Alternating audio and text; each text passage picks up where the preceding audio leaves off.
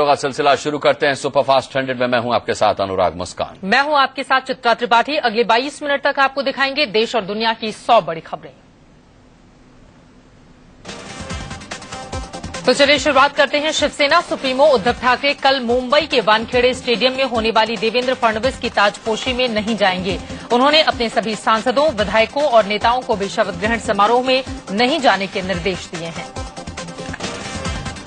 उद्धव के मुताबिक महाराष्ट्र में सरकार बनाने को लेकर जो मौजूदा राजनीतिक हालात चल रहे हैं उसमें शिवसेना का शपथ ग्रहण समारोह में शामिल होना ठीक नहीं होगा। उद्धव के इस कड़े फैसले के बाद कयास लगाया जा रहा है कि शिवसेना बीजेपी के साथ सरकार में शामिल नहीं होगी और विपक्ष में बैठेगी। शिवसेना ने अपने मुखपत्र सामना में बीजेपी को आड़े हाथों लिया है। सामना में लिखा गया है कि बीजेपी कांग्रेस और एनसीपी मुक्त महाराष्ट्र की बात करके सत्ता तक पहुंची। ऐसे में एनसीपी से समर्थन लेना कितना जायज होगा। सामना में आगे लिखा गया है कि फिलहाल नए मुख्यमंत्री के सामने सबसे बड़ी चुनौती बहुमत सिद्ध करना है। अल्पमत की सरकार बनाना और फिर उसके माध्यम से सत्ता का दीर्घकाल तक भोग लेना संविधान विरोधी है। उद्धव के रुख से भले ही शिवसेना बीजेपी गठबंधन खटाई में नजर आ रहा हो, लेकिन महाराष्ट्र बीजेपी प्रभारी राजीव प्रताप रूडी ने कहा है कि शिवसेना के साथ गठबंधन पर सकारात्मक बातचीत चल रही है। महाराष्ट्र के मनोनीत सीएम देवेंद्र फडणवीस ने ताजपोशी से एक दिन पहले दिल्ली में केंद्रीय मंत्री नितिन गडकरी से मुलाकात की। फडणवीस ने गडकरी के पैर छूकर आशीर्वाद लिया। गडकरी ने बुके और शॉल देकर उनका स्वागत किया। फडणवीस ने कहा कि वो कल शपथ लेने के बाद ही मीडिया से बात करेंगे और वो सिर्फ बीजेपी आलाकमान को शपथ ग्रहण समारोह के लिए आमंत्रित करने आए हैं। फडणवीस अमित शाह के साथ पीएम मोदी से मिलने भी पहुंचे। सूत्रों से खबर है कि फडणवीस कैबिनेट में महाराष्ट्र बीजेपी के वरिष्ठ नेता एकनाथ खडसे, दिवंगत बीजेपी नेता गोपीनाथ मुंडे की बेटी पंकजा मुंडे और महाराष्ट्र बीजेपी के पूर्व अध्यक्ष सुधीर मुंगतीवार शामिल हुए। सूत्रों से खबर है कि फडणवीस कैबिनेट में महाराष्ट्र बीजेपी के वरिष्ठ नेता एकनाथ खडसे, दिवंगत बीजेपी नेता गोपीनाथ मुंडे की बेटी पंकजा मुंडे और महाराष्ट्र बीजेपी के पूर्व अध्यक्ष सुधीर मुंगतीवार शामिल हो सकते हैं। बोरीवली से विधायक विनोद तावड़े को भी कैबिनेट में शामिल किया जा सकता है। तावड़े के अलावा प्रकाश मेहता भी कैबिनेट में शामिल हो सकते हैं। इसके अलावा गिरीश महाजन और गिरीश बापट को भी कैबिनेट में जगह मिल सकती है। दोनों की पार्टी में सक्रिय भूमिका मानी जाती है। महाराष्ट्र में नई सरकार के गठन की कवायद के बीच 6 निर्दलीय विधायक दिल्ली पहुंचे हैं। दिल्ली में इन विधायकों ने बीजेपी अध्यक्ष अमित शाह और महाराष्ट्र पर्यवेक्षक राजनाथ सिंह से मुलाकात की। मुंबई में शपथ ग्रहण समारोह 31 अक्टूबर को होगा। नए मुख्यमंत्री देवेंद्र फडणवीस और उनके मुख्यमंत्रियों और उनके जितने भी मंत्रियों हैं उनके शपथ ग्रहण के लिए मुंबई का वानखेड़े स्टेडियम पूरी तरह से तैयार हो चुका है। फडणवीस के शपथ ग्रहण समारोह में प्रधानमंत्री नरेंद्र मोदी भी शामिल होंगे। इस समारोह के लिए आलीशान मंच तैयार किया जा रहा है। बॉलीवुड के जाने माने सेट डिजाइनर नितिन देसाई इस मंच को तैयार कर रहे हैं। एमएनएस अध्यक्ष राज ठाकरे फडणवीस के शपथ ग्रहण समारोह में शामिल नहीं होंगे। हालांकि उन्होंने फोन करके फडणवीस को सीएम बनने की बधाई दी है। फडणवीस की ताजपोशी में चुनिंदा खिलाड़ियों को भी न्योता भेजा गया है, जिसमें सचिन तेंदुलकर, सुनील गावस्कर, दिलीप वेंगसरकर, धनराज पिल्ले, मीर रंजन नेगी समेत कई खिलाड़ियों को बुलाया गया है। मुंबई में सीएम के शपथ ग्रहण के लिए भव्य तैयारी की जा रही है। खबर है कि शपथ ग्रहण समारोह के लिए समंदर किनारे कमल के 40 कटआउट लगाए जाएंगे। मुंबई में नए सीएम के शपथ ग्रहण से ठीक पहले शेयर बाजार में जबरदस्त उछाल देखने को मिला है। सेंसेक्स 248 अंकों की बढ़त के साथ 27,346 के नए उच्चतम स्तर पर बंद हुआ। सुप्रीम कोर्ट ने दिल्ली में सरकार गठन के लिए बीजेपी की ओर इशारा किया है। कोर्ट ने कहा कि दिल्ली में अल्पमत सरकार बनने की संभावना है। सुप्रीम कोर्ट ने सरकार गठन पर फैसला लेने के लिए उपराज्यपाल को 12 दिन का वक्त दिया है। कोर्ट ने सरकार गठन के लिए उपराज्यपाल की कोशिशों की भी तारीफ की। कोर्ट ने कहा कि आखिरी फैसला एलजी को लेना है। एलजी कोशिशों पर सुप्रीम कोर्ट ने कहा है कि अखबारों में जो पढ़ रहे हैं वो सकारात्मक है। मामले की अगली सुनवाई अब 11 नवंबर को होगी। सुप्रीम कोर्ट में सुनवाई से पहले दिल्ली के उपराज्यपाल नजीब जंग ने एक बयान जारी करके कहा है कि जल्दी इस मुद्दे पर सभी राजनीतिक पार्टियों से बात की जाएगी। पिछली सुनवाई में सरकार ने कहा था कि राष्ट्रपति ने एलजी को सरकार बनवाने के लिए हरी झंडी दे दी है। तब सुप्रीम कोर्ट ने सरकार को फटकार लगाते हुए कहा था कि लोगों को निर्वाचित सरकार से वंचित नहीं रखा जा सकता। दिल्ली में सरकार गठन को लेकर कल उपराज्यपाल नजीब जंग ने गृह मंत्री राजनाथ सिंह से मुलाकात की थी। दोनों के बीच करीब 20 मिनट तक बातचीत का दौर चला।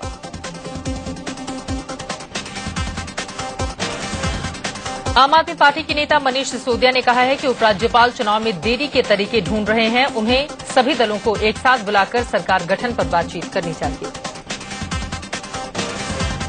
कांग्रेस ने उपराज्यपाल के दलों से मिलकर बातचीत करने के फैसले को गैर जरूरी करार दिया। कांग्रेस का कहना है कि जब किसी के पास बहुमत की गुंजाइश ही नहीं है तो राज्यपाल मिलकर क्या करेंगे। वहीं बीजेपी नेता मुख्तार अब्बास नकवी का कहना है कि संवैधानिक तरीके से काम हो रहा है। एलजी सरकार गठन की संभावनाएं तलाश रहे हैं।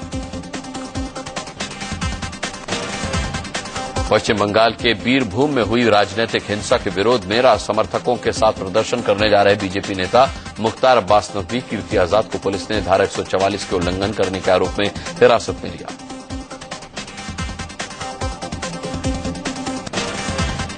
बीजेपी नेता मुख्तार अब्बास नकवी और कीर्ति आजाद समर्थकों के साथ जब गांव में घुसने की कोशिश कर रहे थे तभी पुलिस से इनकी झड़प हो गई और उसके बाद पुलिस ने नकवी समेत 12 नेताओं को हिरासत में ले लिया। मकरा गांव जा रहे बीजेपी नेताओं के साथ बड़ी संख्या में बीजेपी कार्यकर्ता भी थे। पुलिस ने इन्हें रोकने की कोशिश की तो वो पुलिस वालों से उलझ गए। पुलिस और बीजेपी कार्यकर्ताओं के बीच जमकर धक्का मुक्की हुई। बीरभूम जिले के मकरा गांव में सोमवार को कथित तौर पर सत्तारूढ़ टीएमसी और बीजेपी के कार्यकर्ताओं के बीच संघर्ष हुआ था। इस संघर्ष के दौरान फायरिंग में 3 लोगों की मौत हो गई थी और दर्जन भर लोग घायल हुए थे।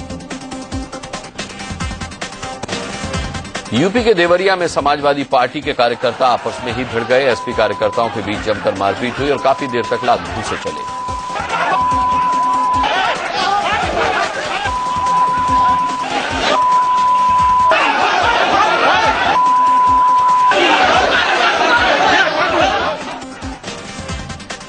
विधानसभा चुनाव की तैयारी को लेकर देवरिया में जिले के पर्यवेक्षक ललन राय ने कार्यकर्ताओं की बैठक बुलाई थी, जिसमें कार्यकर्ताओं का ये हाल देखने को मिला।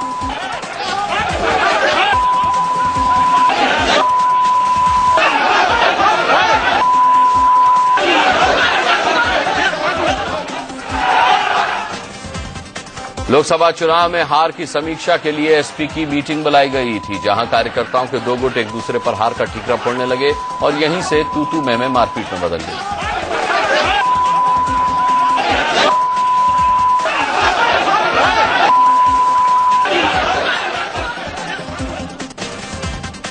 सरदार वल्लभ भाई पटेल की जयंती पर कल दिल्ली में रन फॉर यूनिटी का आयोजन किया जा रहा है। ये दौड़ राजपथ पर आयोजित की जाएगी और खुद प्रधानमंत्री नरेंद्र मोदी हरी झंडी दिखाकर इसकी शुरुआत करेंगे। रन फॉर यूनिटी में 10,000 से ज्यादा लोगों के भाग लेने का अनुमान। पीएम के अलावा कई अन्य वीआईपी हस्तियां भी इस मौके पर राजपथ पर मौजूद रहेंगी। इसे देखते हुए सुरक्षा के पुख्ता इंतजाम किए गए हैं। सुरक्षा के मद्देनजर लुटेंस दिल्ली के सभी सरकारी दफ्तरों को गुरुवार दोपहर बाद बंद कर दिया गया है। यही नहीं, दिल्ली पुलिस ने पूरे इलाके को सुरक्षा के घेरे में ले लिया है। रन फॉर यूनिटी राजपथ और रफी मार्ग के क्रॉसिंग से शुरू होगी और राजपथ से होते हुए इंडिया गेट सर्कल पर स्थित राजपथ की रेड लाइट के पहले खत्म होगी। इस दौड़ को देखते हुए ट्रैफिक पुलिस ने खास इंतजाम किए हैं।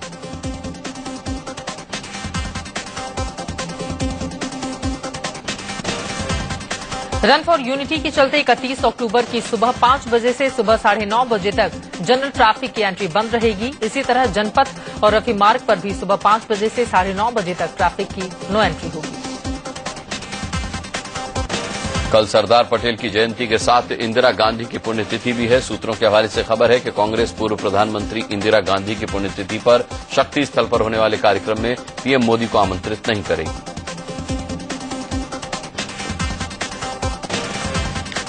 स्पेशल इन्वेस्टिगेशन टीम एसआईटी कालेधन पर 3 दिसंबर तक अपनी दूसरी रिपोर्ट सुप्रीम कोर्ट में सबमिट करेगी। सुप्रीम कोर्ट ने एसआईटी को 627 खाताधारकों की जांच सौंपी है।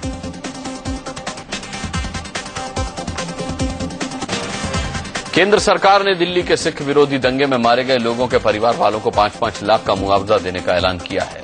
3,325 लोगों के परिवारों को मुआवजा दिया जाएगा।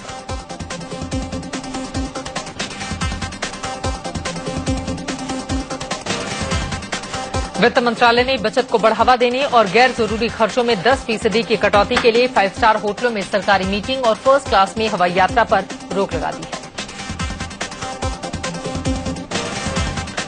पीएम नरेंद्र मोदी 7 नवंबर को अपने संसदीय क्षेत्र वाराणसी का दौरा कर सकते हैं। इस दौरे के दौरान पीएम ककरहिया गांव को गोद लेने का ऐलान भी कर सकते हैं।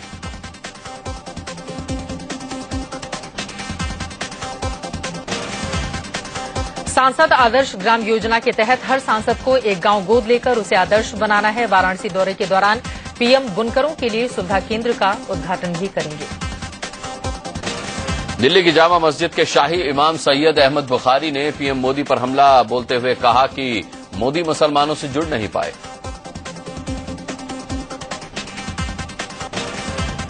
बुखारी ने अपने छोटे बेटे सैयद शाबान बुखारी को अपना जानशीन ऐलान किया है।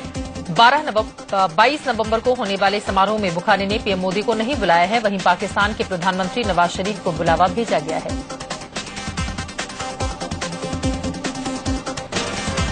असम के नागांव में सैकड़ों लोगों की मौजूदगी में एक महिला के साथ हैवानियत की दिल दहला देने वाली तस्वीरें सामने आई। इन तस्वीरों को देखकर आप भी कांप उठेंगे।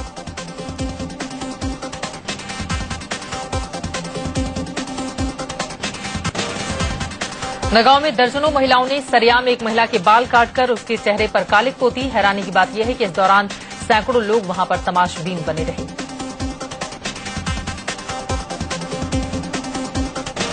महिलाओं ने सरेआम पीड़ित महिला के कपड़े भी फाड़े। इस दौरान महिला खुद को बचाने की गुहार लगाती रही, लेकिन उसकी किसी ने नहीं सुनी और वो अपनी आबरू बचाने की कोशिश करती रही।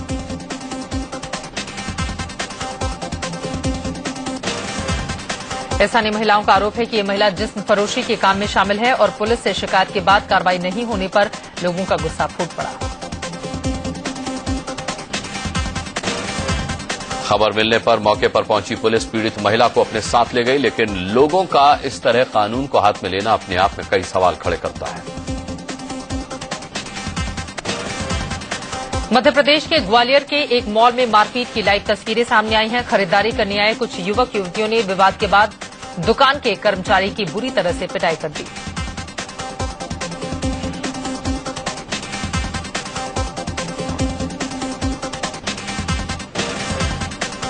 मॉल में खरीदारी करने आए युवकों का आरोप है कि दुकान के कर्मचारी ने उनके साथ आई युवती के साथ छेड़खानी की। इसके बाद पहले दोनों पक्षों में झड़प हुई, जो देखते ही देखते मारपीट में बदल गई।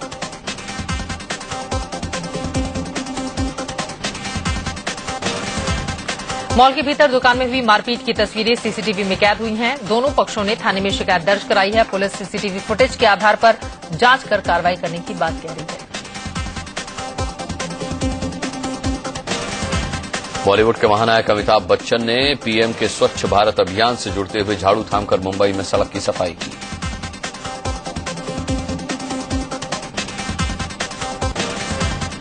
कौन बनेगा करोड़पति शो की फाइनल शूटिंग से पहले बिग बी ने सड़क किनारे सफाई की और हाथ से कूड़ा उठाकर कूड़ेदान में डाला।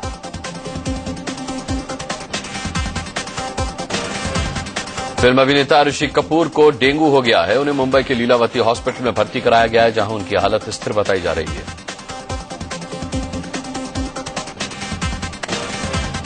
अभिनेता और पश्चिम बंगाल के ब्रांड एम्बेसडर शाहरुख खान ने मुख्यमंत्री ममता बनर्जी से उनके ऑफिस में मुलाकात की। शाहरुख के साथ फिल्म हैप्पी न्यू ईयर के डायरेक्टर फराह खान, अभिनेता सोनू सूद और विवान शाह मौजूद रहे।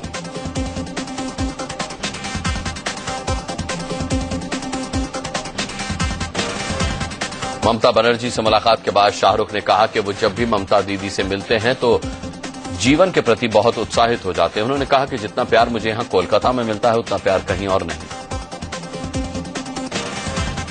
पंजाब के गुरदासपुर में बीएसएफ के जवानों ने एक संदिग्ध पाकिस्तानी को मार गिराया। मारा गया संदिग्ध भारतीय सीमा में घुसने की कोशिश कर रहा था। श्रीलंका में 5 भारतीय मछुआरों को मौत की सजा सुनाई गई है। तमिलनाडु के ये मछुआरे 2011 में श्रीलंका की सीमा में पकड़े गए थे। कोलंबो में इंडियन हाईकमीशन ने वहां के सुप्रीम कोर्ट में मछुआरों की सजा के खिलाफ अपील करने की बात कही है। पेट्रोल और डीजल फिर से सस्ता हो सकता है। एक अंग्रेजी अखबार के मुताबिक दामों में ₹2.50 तक की कमी हो सकती है।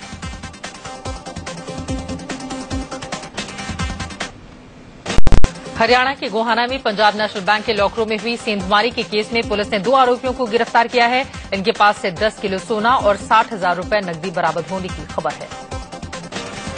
रविवार को गोहाना में 125 फीट लंबी सुरंग खोदकर चोरों ने पीएनबी के करीब 90 लॉकर्स पर हाथ साफ कर दिया था। चोरों को पकड़ने के लिए पुलिस ने 10 लाख रुपए के इनाम की घोषणा भी की थी। गोहाना में जिस मकान से बैंक लूटने के लिए सुरंग बनाई गई थी, उसके मकान मालिक ने खुदकुशी कर ली है। लुटेरों ने बंद पड़े मकान से इस वारदात को अंजाम दिया। लखनऊ के ठाकुरगंज इलाके में बुजुर्ग दंपत्ति को बंधक बनाकर लाखों रुपए की डकैती की गई। घर में बुजुर्ग दंपत्ति के अलावा कोई नहीं था। बदमाशों ने दोनों के हाथ पैर बांध दिए और उन्हें बाथरूम में बंद कर दिया। गाजियाबाद के कौशाम्बी में बदमाशों ने दिन दहाड़े बैंककर्मी से 11,80,000 रुपए लूट लिए। बैंककर्मी जैसे ही बैंक से बाहर निकला, बाइक पर सवार बदमाशों ने उसे धक्का दिया और पैसे से भरा बैग छीनकर फरार हो गए। यूपी के बिजनौर में घर में घुसकर एक महिला से तमंचे की नोक पर गैंगरेप किया गया। पुलिस ने वर्दी में आए 7 बदमाशों ने घर में जमकर लूटपाट की। इस दौरान 2 बदमाशों ने महिला से गैंगरेप किया। बिहार के नालंदा में एक नाबालिग से गैंगरेप का मामला सामने आया है। आरोप गांव के चौकीदार के बेटे और उसके भतीजे पर लगा है। पुलिस ने एक आरोपी को गिरफ्तार कर लिया, जबकि दूसरे की तलाश जारी है। गाजियाबाद में एक होम शेल्टर से 20 से ज्यादा बच्चे संदिग्ध हालत में लापता हैं। पुलिस अब होम शेल्टर पर कार्रवाई की तैयारी कर रही है। होम शेल्टर की दलील है कि बच्चे खिड़की और दरवाजे तोड़कर भाग गए।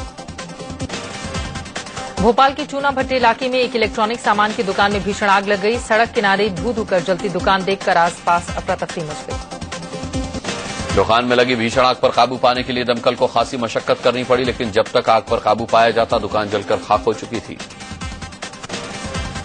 आग लगने की वजह शॉर्ट सर्किट बताया जा रहा है। गनीमत रही हादसे के दौरान दुकान में कोई मौजूद नहीं था, लेकिन आग से लाखों का नुकसान हो गया। राजस्थान के पाली में केमिकल टैंक की सफाई के दौरान 6 मजदूरों की मौत हो गई, जबकि एक की हालत गंभीर है। टैंक में जहरीली गैस की वजह से यह हादसा हुआ।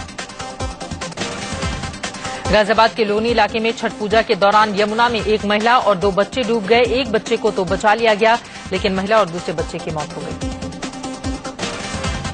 लखनऊ के चिनहट में एक ट्रक और बस के बीच हुई टक्कर में 2 महिलाओं की मौत हो गई, जबकि 30 लोग गंभीर रूप से घायल हो गए। ये बस अजमेर से बहराइच जा रही थी। लखनऊ में ऑटो से हुई टक्कर में बाइक पर बैठे 2 साल के बच्चे की मौत हो गई। एक ऑटो की टक्कर से बाइक पर बैठा बच्चा नीचे गिर गया। उसी समय सामने से आ रहे एक दूसरे ऑटो ने उसे रौंद दिया। यूपी के अमरोहा में एक मिनी ट्रक ने ट्रैक्टर को टक्कर मार दी, जिसके चलते 5 लोगों की मौत हो गई। हालांकि हादसे में ट्रैक्टर चालक बच निकला। यूपी के मथुरा में एक यात्री बस गोविंद नगर मार्केट में घुस गई। हादसे में 13 यात्री घायल हो गए। जिस वक्त ये यात्री बस गोविंद नगर मार्केट में दाखिल हुई, उस वक्त उस बाजार में काफी भीड़ थी। घायलों का इलाज अस्पताल में चल रहा है। बस में सवार सभी यात्री फतेहपुर से वृंदावन दर्शन के लिए आए थे। यूपी के चंदौली में बड़ा रेल हादसा चल गया। घटना मुगलसराय स्टेशन की है, जहां रेल की टूटी पटरी पर से विक्रमशिला एक्सप्रेस गुजर गई। हालांकि ट्रेन को कुछ हुआ नहीं। टूटी पटरी की जानकारी जब रेलवे को लगी, तब जाकर उसकी मरम्मत की गई। दिल्ली के नंदनगरी इलाके में एक शख्स ने अपनी गर्भवती पत्नी की गला दबाकर हत्या कर दी। बताया जा रहा है कि दहेज में 3 लाख रुपए न मिलने के चलते यह हत्या हुई। आरोपी को पुलिस ने गिरफ्तार कर लिया। ग्रेटर नोएडा में एक युवक का शव उसी के घर के गेट पर लटका मिलने से सनसनी फैल गई। युवक की पत्नी शक के घेरे में है। आशंका है कि अवैध संबंधों के चलते इस हत्याकांड को अंजाम दिया गया है। आगरा के थाना सदर इलाके में बदमाशों ने एटीएम पर धावा बोलकर 17 लाख रुपए उड़ा लिए। बदमाशों ने गैस कटर से पंजाब नेशनल बैंक का एटीएम काटकर पैसे चुराए। यूपी के अलीगढ़ में घर से अगवा की गई 2 जुड़वा बहनों का 4.5 महीने बीत जाने के बाद भी कोई सुराग नहीं मिल पाया। गृह मंत्रालय पर शिकायत के बाद भी कोई हल नहीं निकला है। हरियाणा के सोहना में पुलिस ने चंदन की लकड़ियों की तस्करी करने वाले गिरोह का भंडाफोड़ किया। पुलिस ने 2.5 करोड़ की चंदन की लकड़ी बरामद की। हालांकि तस्कर भागने में सफल रहे। उगते सूर्य को अर्घ्य देने के साथ ही आज आस्था के महापर्व छठ का समापन हो गया। यूपी और बिहार के साथ ही देश के लगभग सभी हिस्सों में नदियों किनारे घाटों पर व्रतियों ने उगते हुए सूर्य को अर्घ्य दिया। उत्तराखंड के रुद्रप्रयाग में पंच केदारों में एक माने जाने वाले तृतीय केदार तुंगनाथ के कपाट शीतकाल के लिए बंद कर दिए गए हैं। शीतकाल में तुंगनाथ की पूजा मक्कू मठ में होती है।